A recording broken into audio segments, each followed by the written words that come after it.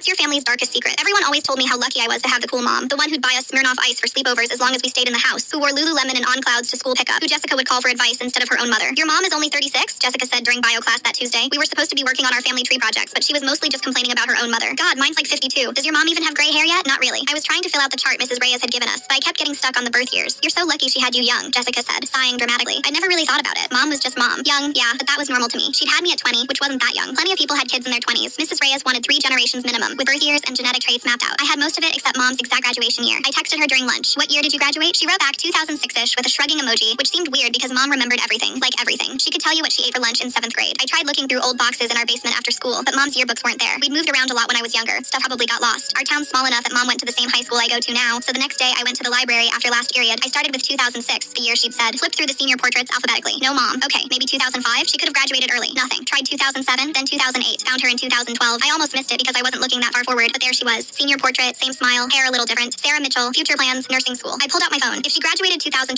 she was born in 1993 or 1994, which would make her 30 or 31 now, not 36. If mom was really 31 and I was 16, she'd had me when she was 14 or 15, not 20. My hands were shaking as I went back through the yearbooks. Found her freshman photo from 2009. She looked like an actual baby. Braces, round face, holding a debate trophy and grinning like nothing bad had ever happened to her yet. I needed help. This didn't make sense and I didn't know what to do with it. Ms. Brennan was still in her classroom grading papers, so I went back. Hey, I'm stuck on the family tree project, I said. My mom graduated from here in 2012, but she told me she's 36 and the math doesn't work out. Miss Brennan looked up. What's your mom's name? Sarah Mitchell. Her face changed. Just for a second, but I saw it. This weird flash of recognition and something else. Discomfort, maybe. Sarah Mitchell. She repeated slowly. Yeah, do you know her? She was a few years behind me. Ms. Brennan shuffled papers, not looking at me. This might be something you should ask your mom about, or your grandma. But the birth years don't, she cut me off. I really think you should talk to them. Her voice was firm now, final. She still wasn't looking at me. I left feeling worse than before. The way she'd acted, like she knew something. Like everyone knew something except me. I went home while mom was still at work. Our house is small, not many places to hide things, but I knew where she kept important documents. The filing cabinet in her closet, under old tax returns and my baby book. I found my birth certificate. Mother, Sarah Mitchell, age 15. Father, unknown. My stomach dropped. 15. I sat on her bedroom floor trying to breathe. Why lie? Why add 6 years? Why let everyone think you had a kid in your 20s when you were really just a kid? Who was my father? Why was it unknown? Did mom not know, or did she just refuse to say? I started pulling out old photo albums from her closet, looking for anything that might give me answers. Baby pictures, birthday parties, holidays. There were photos of grandma looking young, a few of grandpa from when mom was little. He died before I was born. I didn't know what I was looking for, but there was nothing. I was still sitting there when mom came home. She found me on her bedroom floor with yearbooks and photo albums, and my birth certificate spread out like crime scene photos. Baby, what? She stopped when she saw the yearbook open to her senior portrait. You're not 36. My voice sounded hollow. You're 30. You had me when you were 14. She didn't move, didn't deny it, just stood there with this horrible, broken expression I'd never seen on her face before. Who's my father? Please don't. I wasn't speaking calmly anymore. Who's my father? She started crying, these awful quiet sobs, and grandma appeared in the doorway like she'd been listening the whole time. Tell her, grandma said. Her voice was completely flat. Mom shook her head, covering her face with both hands. Grandma looked at me. Your grandfather? No.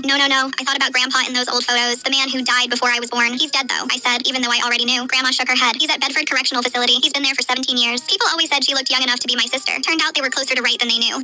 What's your family's darkest secret? Everyone always told me how lucky I was to have the cool mom, the one who'd buy us Smirnoff Ice for sleepovers as long as we stayed.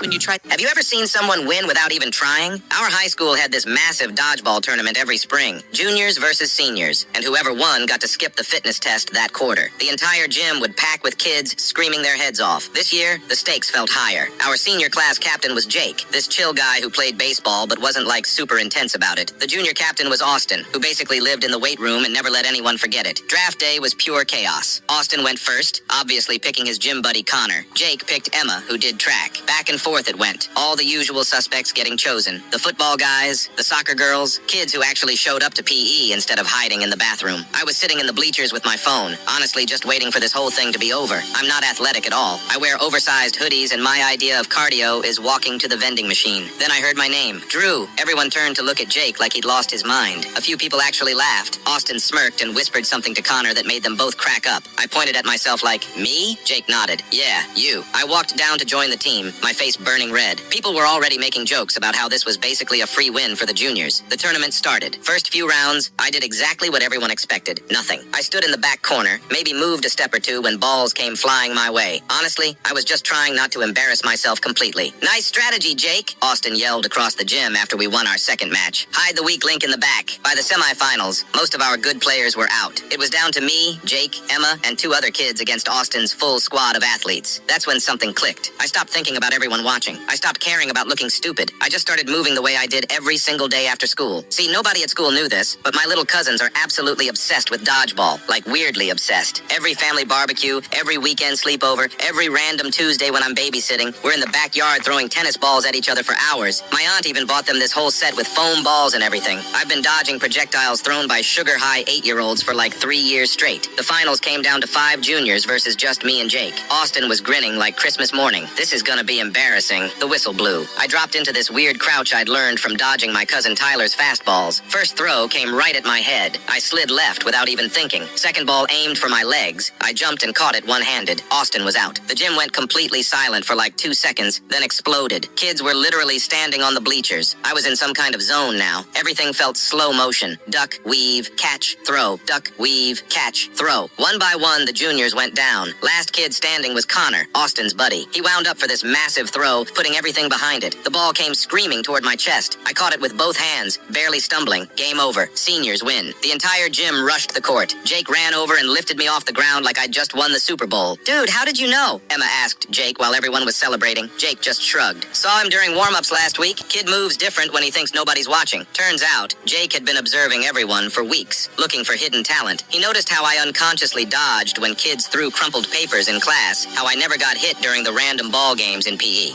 Have you ever seen someone win without even trying? Our high school had this massive dodgeball tournament.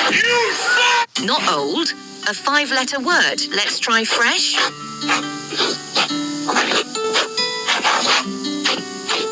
Wrong. I'll try young.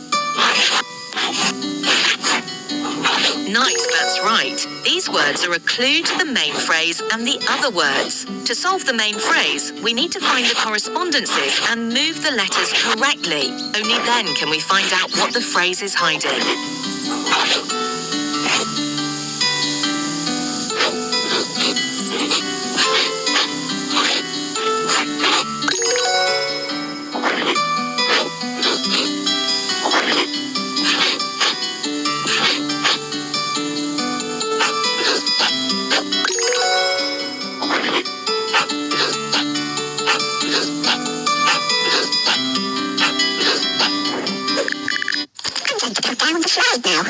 Girl, we've been... Look at this. Girl, we've been knowing how to draw. Beatboxing puppy. Huh? Girl, we've been knowing how to draw. Beatboxing puppy. Look at this. Oh, wait, hold on, wait. 3, 2, 1. Hey there, Delilah. What's it like in New York City? I'm 1,000 miles away. But girl, tonight you look so pretty, yes you do. Oh, wait, hold on, wait. Hope you don't mind, but could you tell me Where the hell is the box?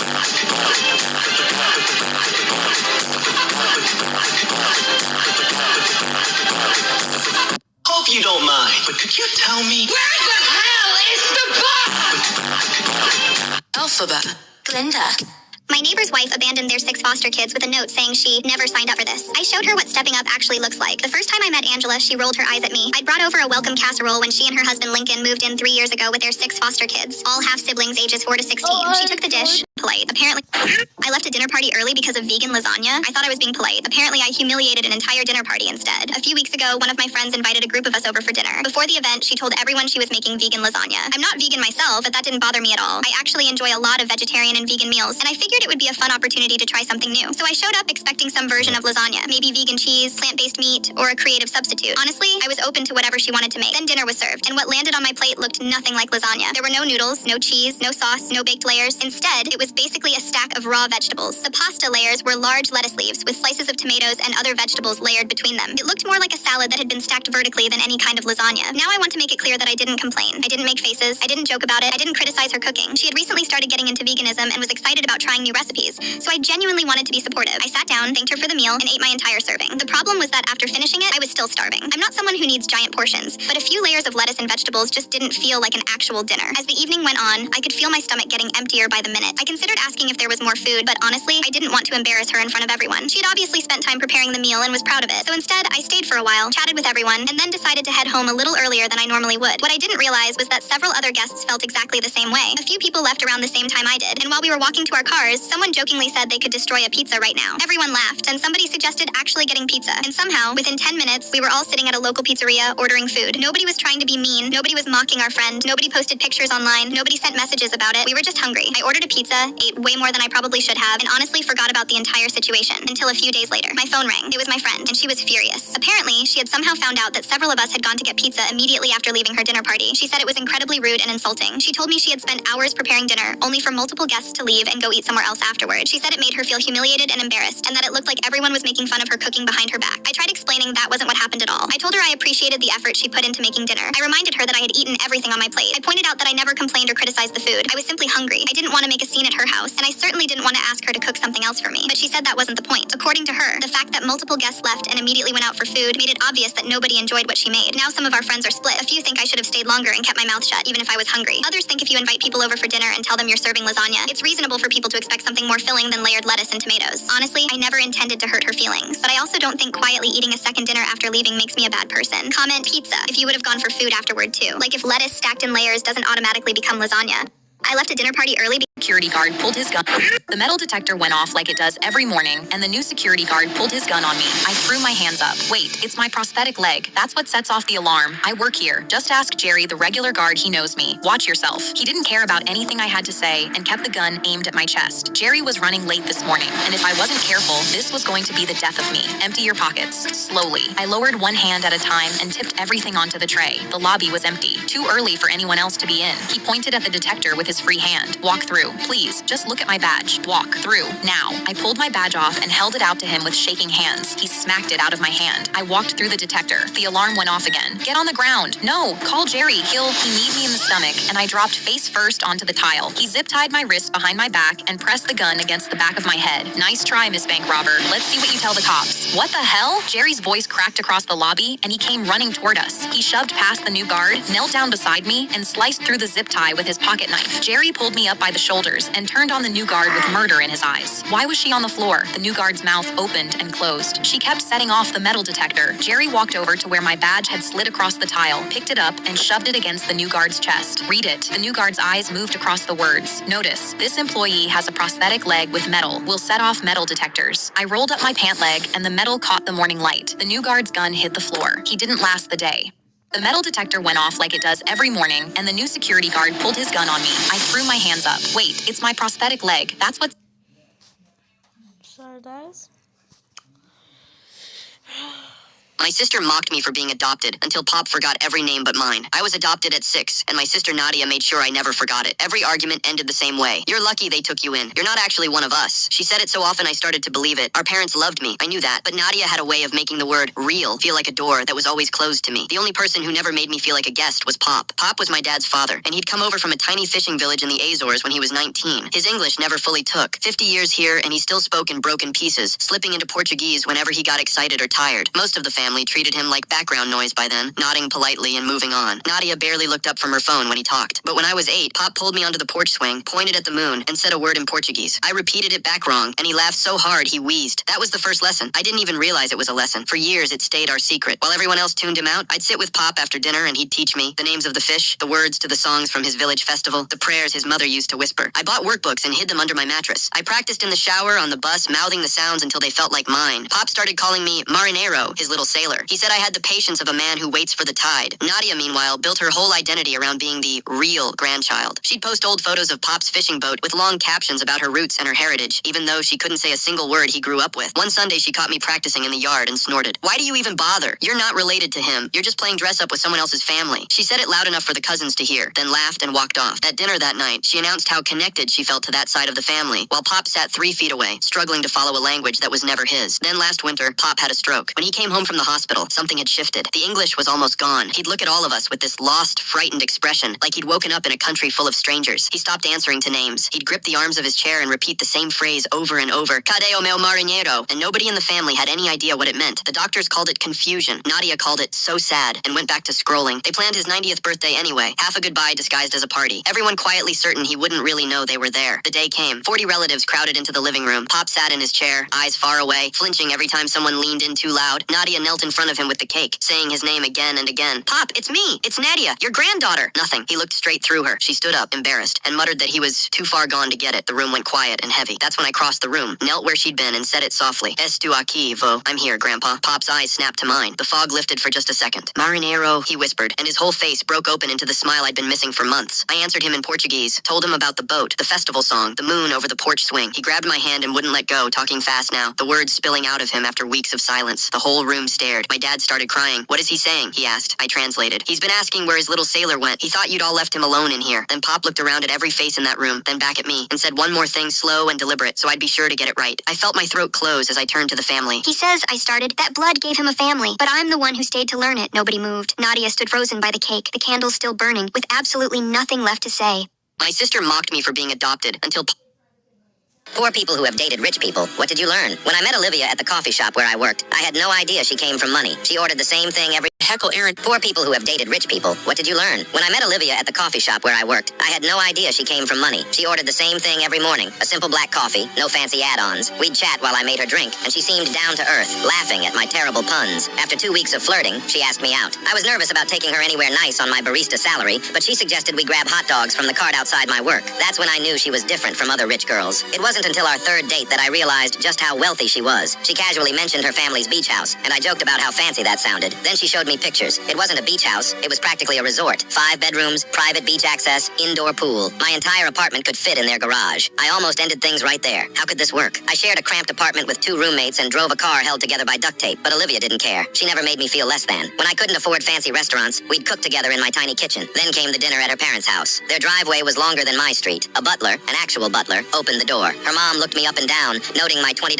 dress shirt from Target. Her dad asked what my career goals were, saying barista like it was a dirty word. Throughout dinner, they kept dropping hints about Olivia's ex, a neurosurgeon from good stock. They showed off their wine cellar, their art collection, clearly trying to intimidate me. But Olivia kept squeezing my hand under the table, silently supporting me. After dinner, her dad cornered me in his study. Let's talk numbers, he said, pulling out his checkbook. What would it take for you to disappear? He actually tried to buy me off. $20,000 to never see Olivia again. I was shocked, but then I got angry. I told him I didn't want his money. I loved his daughter for who she was, not her bank account. He laughed and said, everyone has a price. Then he doubled it to $40,000. I walked out of his study and found Olivia. I told her everything. Instead of being upset, she smiled. He does this to everyone I date, she said. The last guy took the money and ran. You're the first one who didn't. That's when she reached into her purse and pulled out a check for $40,000. I knew Dad would try this, she said. He does it every time, so I beat him to it. Here's the same amount he offered. Take it. I stared at her confused. But why? Because I know you won't take it, she said. And that's why I love you. She was right. I refused the money. We left her parents' house together that night, and I thought that was the end of it. But the next morning, her dad showed up at my coffee shop. I braced myself for another confrontation. Instead, he ordered a black coffee, just like Olivia always did. As I handed him his drink, he said, you know, I started out as a mechanic. Olivia's mom's parents hated me, tried to buy me off too. He smiled. I just needed to be sure you were the real deal. 2 years later, when I proposed to Olivia, I used my great-grandmother's ring, a simple band that cost less than one of her dad's ties. Olivia cried when I explained its history, how it had survived the Great Depression, 2 world wars, and 3 generations of love. At our wedding, her dad gave a speech. He held up his coffee cup from my shop and said, sometimes the richest things in life don't cost a dime. Then he announced he was investing in my dream, my own coffee shop chain, where every cup would be served with a side of those terrible puns that made his daughter fall in love. The money didn't change me. I still drive a beat-up car, and we live in a modest house. But every morning, Olivia still comes into my coffee shop and orders her black coffee. And every morning, I still make her laugh with my terrible puns.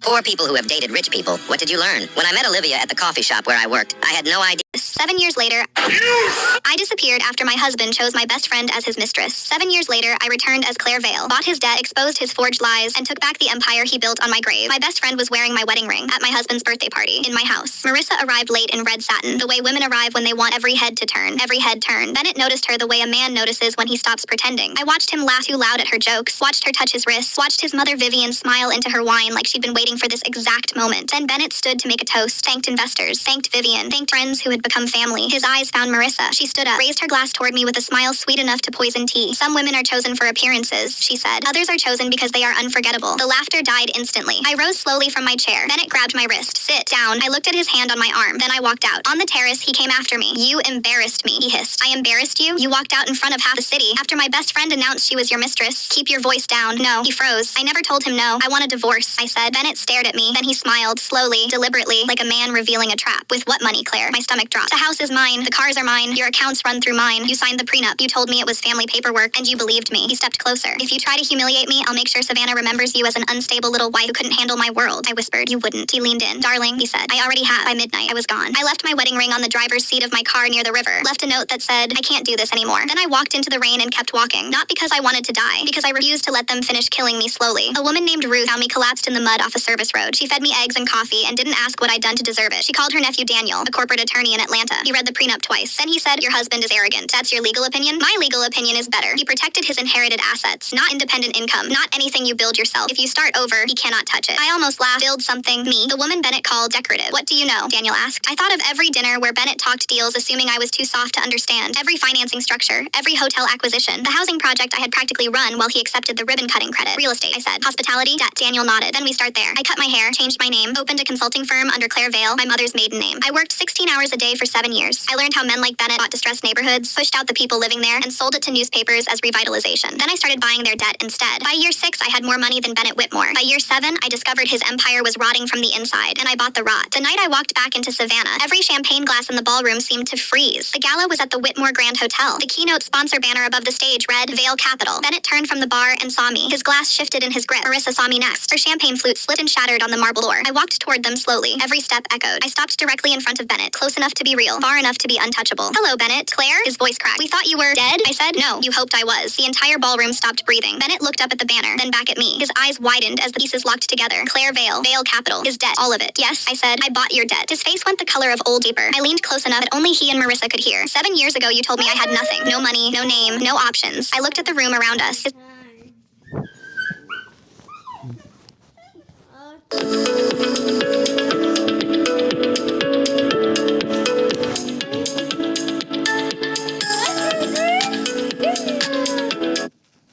Come on.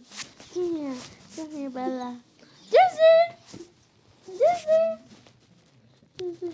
Come here. Bella! Come here. Come on. Come on. Oh, hi, baby.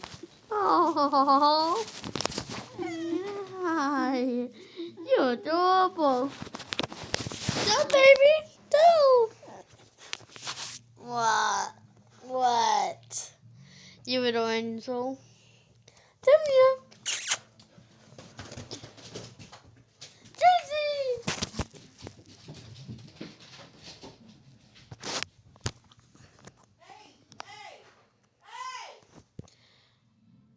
Daisy! Sorry, guys. Sorry, guys.